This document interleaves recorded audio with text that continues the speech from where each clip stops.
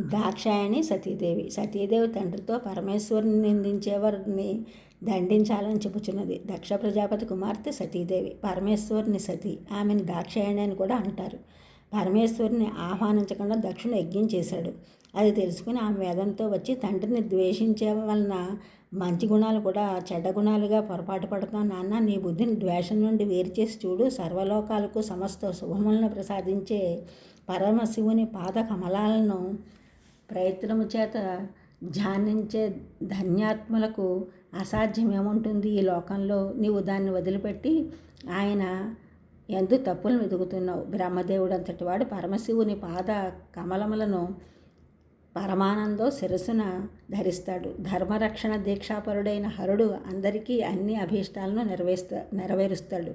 అట్టి మహనీయుని నిందించే పాపాత్ముని జిహ్వను ఊడదీసేయాలి. అట్టి శక్తి తనకి లేకపోతే తానే శరీరాన్ని త్యజించాలి. ఈ రెండూ చేత కాకపోతే చెవులు మూసుకొని దూరంగా వెళ్ళిపోవాలి. అదే ఉచితమైన కార్యం.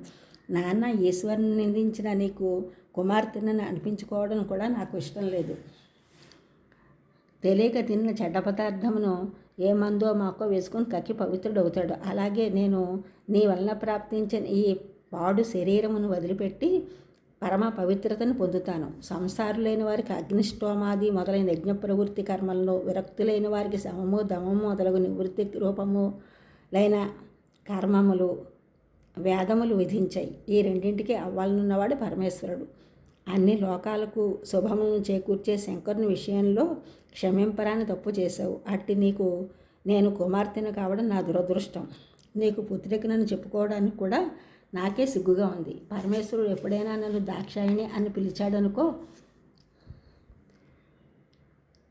నాకే గొప్ప అవమానం. అలా పిలిపించుకోవడం నాకు అసలు ఇష్టం లేదు. పూర్వం దాక్షాయిణి అని పిలిస్తే ఎంతో సంతోషించేదాన్ని. మా నాన్న పేరు సార్థకమైందని.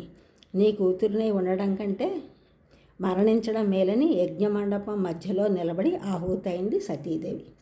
ఈ ఛానల్ చూసిన వారందరూ కూడా సబ్స్క్రైబ్ చేయండి, షేర్ చేయండి, లైక్ చేయండి, కామెంట్ చేయండి. సబ్స్క్రైబ్ చేసిన వారందరూ కూడా కృతజ్ఞతలు. షేర్ చేసిన వారు, లైక్ చేసిన వారు, కామెంట్ చేసిన వారందరికీ కూడా ధన్యవాదములు.